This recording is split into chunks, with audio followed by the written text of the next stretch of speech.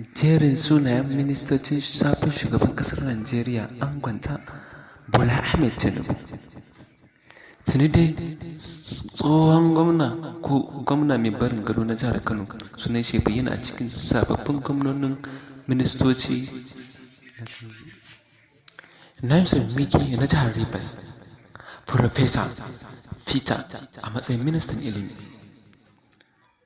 Malam Nuhu Rufado ministan 'yan sanda, ita ma tsohuwar 'yar takarar gwamna ta jihar Adamawa Aisha Binani tuni sunanta ya bayyana a cikin sababbin ministoci a gwamnatin Bola Ahmed Tinubu a matsayin sabuwar ministan lantarkin Najeriya. Shi ma dai Babatunde ya ga sunan shi a cikin ministan shari'a. Ayobi Abina ƙaramin ministan tsare-tsare na sabuwar gwamnatin Najeriya Tinubu. Tuni dai 'yan Najeriya suke ganin sa ran jin daɗi a sabuwar gwamnatin Tinubu duba da irin sabon tsare-tsaren da ya zo da shi.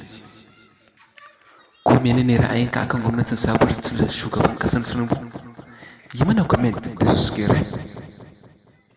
Amana TV.